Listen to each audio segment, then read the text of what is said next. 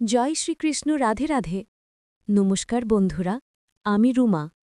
আমার আরেকটি নতুন ভিডিওতে আপনাদের সব্বাইকে জানাই আন্তরিক স্বাগতম। বন্ধুরা, আশা করছি আপনারা সবাই ভালো আছেন, সুস্থ আছেন এবং মা লক্ষ্মীর কৃপায় আপনাদের সংসার ভরে উঠেছে শান্তি সমৃদ্ধিতে। বন্ধুরা, আজকের ভিডিও শুরুর আগেই আপনাদের কাছে ছোট্ট একটা অনুরোধ। যারা সত্যিই মা লক্ষ্মীর কৃপা নিজেদের জীবনে কামনা করেন তারা এখনই কমেন্ট বক্সে একবার লিখে দিন, জয় মা লক্ষ্মী দেবী। বিশ্বাস করুন, এই একটি বাক্যই আপনার জীবনে ইতিবাচক শক্তির একটি নতুন দ্বার খুলে দিতে পারে। আরেকটি কথা, আমার এই ছোট্ট চ্যানেলটি যদি এখনও সাবস্ক্রাইব না করে থাকেন তাহলে অনুরোধ করব এখনই সাবস্ক্রাইব করে নেবেন এবং পাশে থাকা বেল আইকনটি প্রেস করবেন যাতে আমার প্রতিটি ভিডিওর নোটিফিকেশন প্রথমেই আপনার কাছে পৌঁছে যায়। বন্ধুরা, আজকের পর্বটি অত্যন্ত গুরুত্বপূর্ণ, কারণ আজ আমরা জানতে চলেছি এ বছর অর্থাৎ ২০২৫ সালে বাংলা ১৪৩২ বঙ্গাব্দে অগ্রহায়ণ মাসের প্রতি বৃহস্পতিবারের লক্ষ্মী পূজার সম্পূর্ণ পদ্ধতি জেনে নেব। পুরোহিত ছাড়াই ঘরে কিভাবে সম্পূর্ণ নিয়ম মেনে লক্ষ্মী পূজা করবেন। শিখে নেব লক্ষ্মী পূজার মন্ত্র, বিধিনিষেধ, কখন কি করবেন ও কি করবেন না। এছাড়াও জানব অগ্রহায়ণ মাসের বৃহস্পতিবার কি খাওয়া উচিত এবং কি খাওয়া একেবারেই নিষিদ্ধ। লক্ষ্মী পূজার উপকরণের সম্পূর্ণ ফর্দ বা তালিকা। এছাড়াও অগ্রহায়ণ মাসে বিশেষ দান, করণীয়, পুণ্যলাভের উপায় এবং কিছু গুপ্ত নিয়ম জানাব যা অনুসরণ করলে মা লক্ষ্মীর কৃপা ধনধান্য সমৃদ্ধি দিয়ে আপনার সংসার ভরে তুলবেন। অগ্রহায়ণ মাসকে বাঙালি সমাজে গৃহলক্ষ্মীর মাস বলা হয়। কার্তিক মাসে ভগবান বিষ্ণুকে সন্তুষ্ট করার পর অগ্রহায়ণ মাসে মা লক্ষ্মীর বিশেষ পূজা করলে সংসার থেকে দারিদ্র্য দূর হয়, ঝামেলা কমে, অশান্তি সরে যায়, রোগশোক থেকে গৃহের মুক্তি মেলে, বাণিজ্যে উন্নতি আসে এবং পরিবারে আসে সৌভাগ্য ও শান্তি। বাঙালি হিন্দু পরিবারে বিশেষ করে গ্রামের ঘরে অগ্রহায়ণ মাসের বৃহস্পতিবারকে বলা হয় লক্ষ্মীর বার বৃহস্পতিবার। এই দিনে উঠোনে আলপনা দেওয়া, ধান চাল সাজিয়ে পুজো করা, সরা বা ঝাঁপিতে লক্ষ্মী পুজো করা অত্যন্ত শুভ। ২০২৫ সালে অগ্রহায়ণ মাসে বৃহস্পতিবারের তারিখসমূহ এখন জেনে নিন। এই বছর অগ্রহায়ণ মাসে মোট ৪টি বৃহস্পতিবার পড়েছে। ১.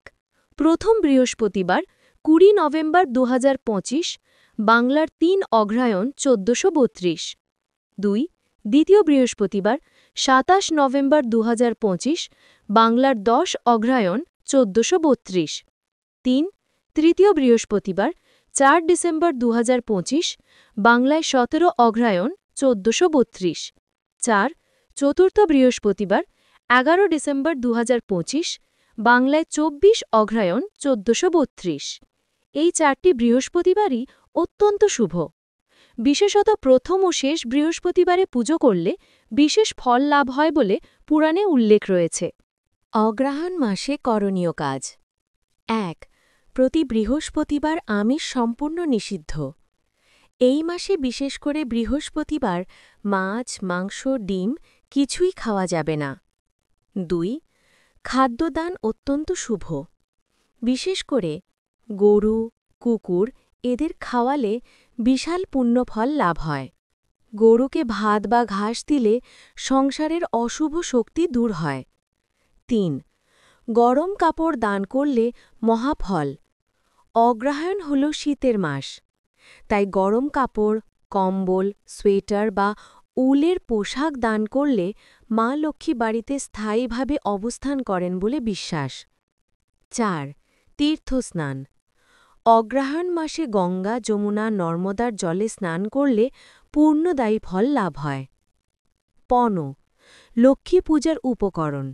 ফর্দমালা লাগবে পিতলের ঘট, গঙ্গাজল, আমের পল্লব, ডাব বা নারকেল, সিঁদুর, আতপ চাল, নবান্ন বা নবদ্য ৪টি, লক্ষ্মী, বিষ্ণু, ভূত, ইন্দ্র নামে, ফুল, সুগন্ধি ধূপ, পাঞ্জরি বা মিষ্টি, ফল, তুলসী পাতা শুধু নারায়ণের জন্য, আলপনা আঁকার জন্য চালের গুঁড়ো, দীপ, প্রদীপ, তুলো, স্বস্তিক আঁকার জন্য সিঁদুর, নতুন কাপড় বা গামছা, মন্ত্রপাঠের বই বা কাগজ। লক্ষ্মী পূজার বিধিনিষেধ।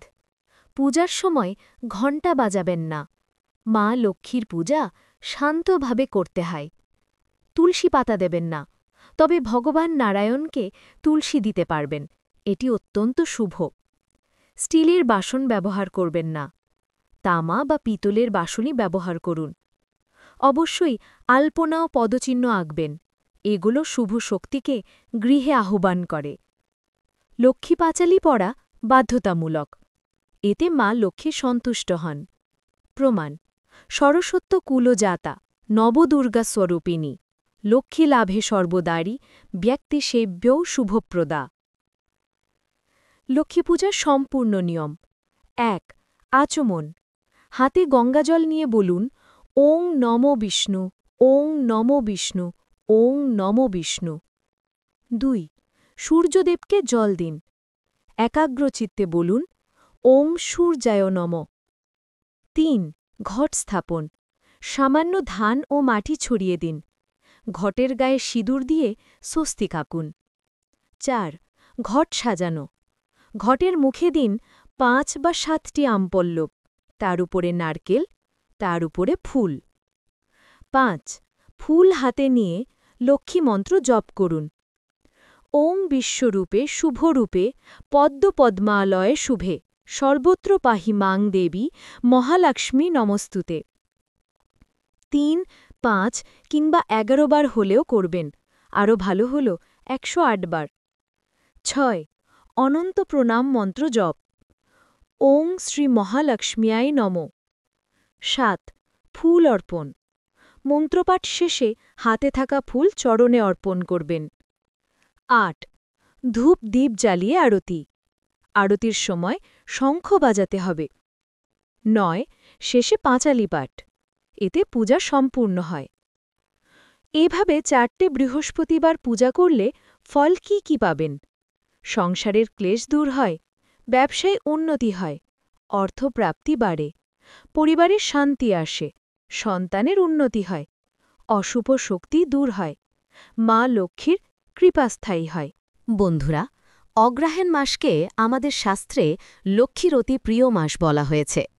এই মাসে মা লক্ষ্মী নিজেই গৃহে বিচরণ করেন, আমাদের সংসারের দারিদ্র্য, অশান্তি, রোগ শোক দূর করে ঘরে ঘরে সুখ শান্তি প্রতিষ্ঠা করেন। তাই অগ্রহায়ণ মাসের প্রতি বৃহস্পতিবারের এই বিশেষ লক্ষ্মী পূজা আমাদের জীবনে নিয়ে আসে অপার কল্যাণ।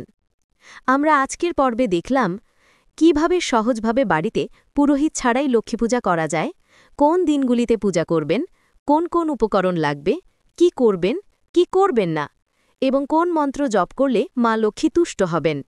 বন্ধুরা, জীবনে অর্থ থাকলেই সুখ নেই, সুখ আসে শান্তিতে, শান্তি আসে দেবী লক্ষ্মীর কৃপায়। তাই অগ্রহায়ণ মাসে এই ৪টি পবিত্র বৃহস্পতিবার যদি ভক্তি ভরে নিয়ম মেনে মা লক্ষ্মীর পূজা করেন, তাহলে বিশ্বাস রাখুন, মা লক্ষ্মী দেবী আপনার পরিবারে চিরকাল স্থায়ী হবেন, সংসারে আসবে অন্ন ধন সম্পদ, দূর হবে রোগ শোক ও অশান্তি, পরিবারের সব সদস্যের উপর নেমে আসবে দেবীর শুভাশীর্বাদ। এই কথাটি মনে রাখবেন, মন থেকে ডাকলে মা লক্ষ্মীর কৃপা কখনোই বিফলে যায় না। আপনি যত বেশি নিয়মিতভাবে মন্ত্রজাপ করবেন, ততই দেবীর শক্তি আপনাকে রক্ষা করবে, আপনার সংসারের পথে খুলে দেবে নতুন নতুন সমৃদ্ধির দুয়ার। বন্ধুরা, আজকের এই পূজার পদ্ধতি যদি আপনাদের ভালো লেগে থাকে, উপকারে আসে, তাহলে অবশ্যই ভিডিওটিকে লাইক কমেন্ট ও শেয়ার করে দেবেন, যাতে মা লক্ষ্মীর কৃপা সমস্ত পরিবারের মধ্যে ছড়িয়ে পড়ে। আর নতুন হলে সাবস্ক্রাইব করে বেল আইকনটি প্রেস করে রাখবেন, যেন পরবর্তী প্রতিটি পবিত্র ভিডিওর নোটিফিকেশন আপনি সহজেই পেয়ে যান। শেষে আবারও একবার বলি, মনের ভক্তি অটুট থাকুক, সংসারে শান্তি বজায় থাকুক, আর মা লক্ষ্মী দেবীর কৃপা চিরকাল আপনাদের গৃহে বিরাজ করুক। মা লক্ষ্মী শ্রীচরণে এই প্রার্থনা, যেন আপনার গৃহে সর্বদা আলো থাকে, অন্ন থাকে, ভালোবাসা থাকে, আর জীবনে কখনোই অভাব শব্দটি না আসে। জয় মা লক্ষ্মী দেবী। সবাই শুভ থাকুন, শান্তিতে থাকুন।